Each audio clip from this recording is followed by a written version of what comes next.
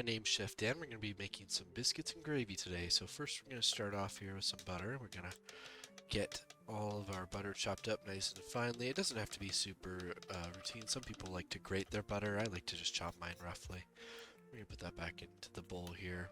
That's about a stick of butter. And then we've got about 2.5 cups of flour here, 2 tablespoons baking soda, a teaspoon of kosher salt, and let's see, it looks about a cup of milk. So we're gonna first take that dry powder. We're gonna mix it in with our butter.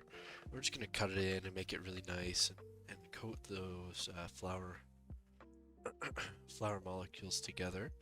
And what this does is it allows it coats the little pieces of flour so that they more slowly develop gluten. It's not as quick. Gluten development is hastened by the adding of water or liquid like this milk. And so as we add it in, as soon as we add that liquid in, we're going to want to move it around as little as possible until we just make it into that fluffy white biscuit dough that we're looking for. So we've got all our ingredients here, and then the next thing we add is some honey. So we add 2 tablespoons of honey here. I just used some clover honey I had hanging around.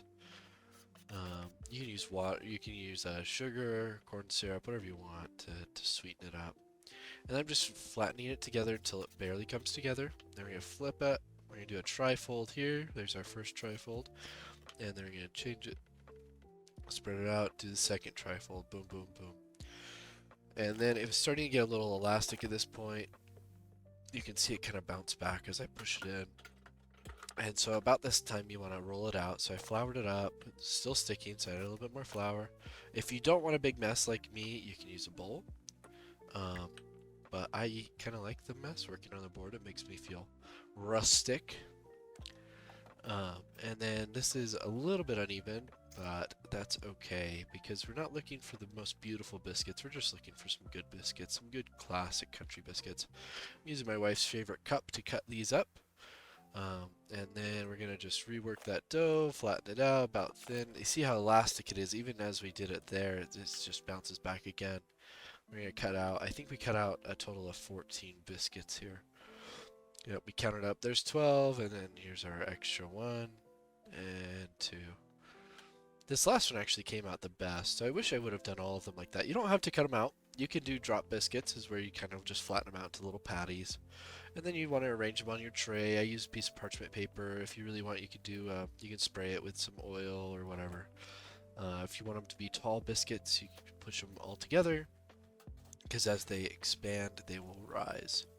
If you separate them out like cookies, they will not. Okay, now we're going to switch over to the gravy part. This is really fun. So I've got my cast iron skillet here heating up, probably 2 tablespoons of butter thrown in there.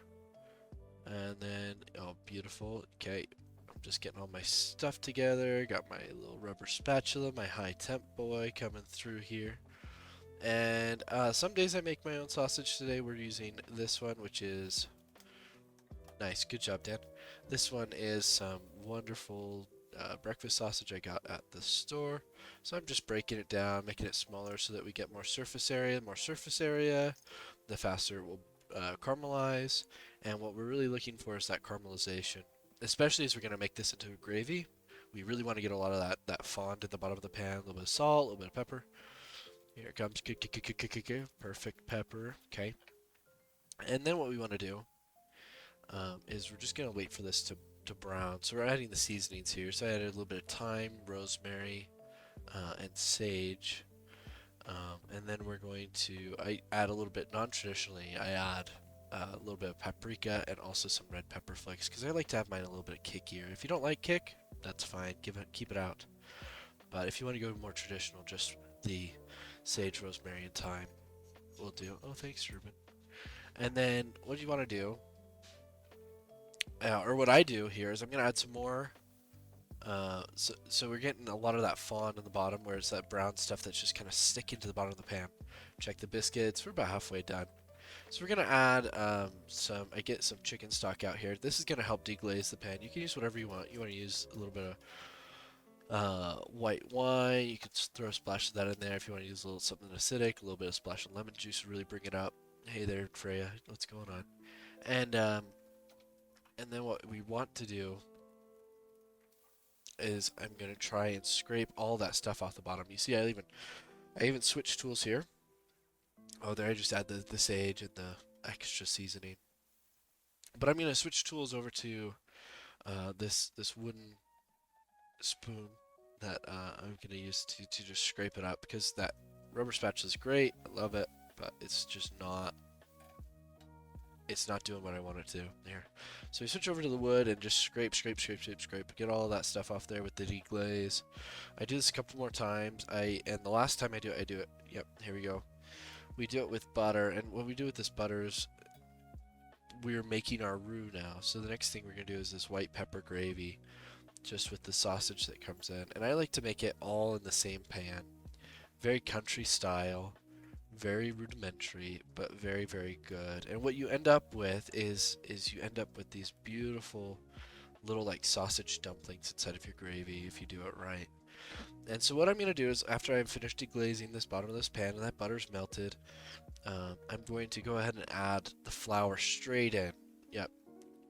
And I end up using about a cup of flour, and it's going to just adhere to all of those oils, those beautiful, flavorful oils that are coming off that sausage, as well as the butter that we added in there. And that's going to be the base and the thickener for our gravy. So we want that to brown a little bit. We want that to caramelize as well, because we know that the browning just introduces that Maillard reaction. We get more flavor. More flour, more flour, more flour. And this is going to set us up for great. And then the last ingredient we need, perfect, just checking those biscuits one more time. They're almost there.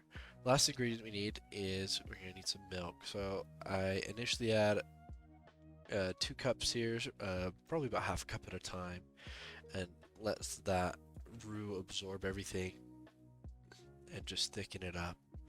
I end up adding, gosh, I think it's 3.5 cups of milk total to this. But you really just want to do it by eye, you know. You see how it's getting kind of pasty? We don't want that. We want it to be nice and gravy, but we want it to be thick, right? We don't want no white Elmer's glue here. We want plenty of flavor. We want it to be plenty thick to stick to those biscuits. Oh yes. Oh yes, add more of that. Okay, and it's very important. We want the sage to really come through here. We also want the black pepper that we threw in there earlier to really come through.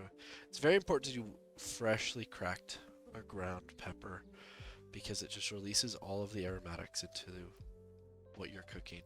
Just beautifully. Beautifully. Okay, we're going to start on the side here, which my wife does not agree with, and I'm sure we'll start some fights.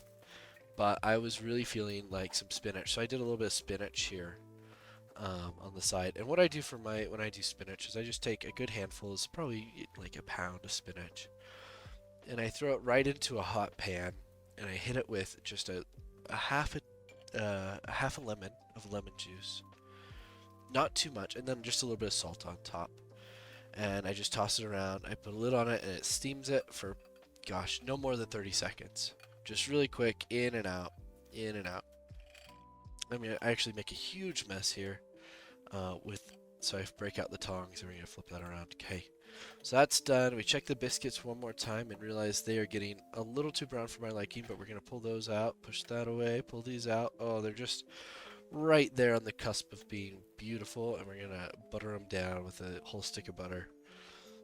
And we're just gonna butter, and then just a tiny sprinkling of salt here. Remember, we're not looking to lose any weight on these biscuits and gravy today, so don't be afraid to add plenty of butter.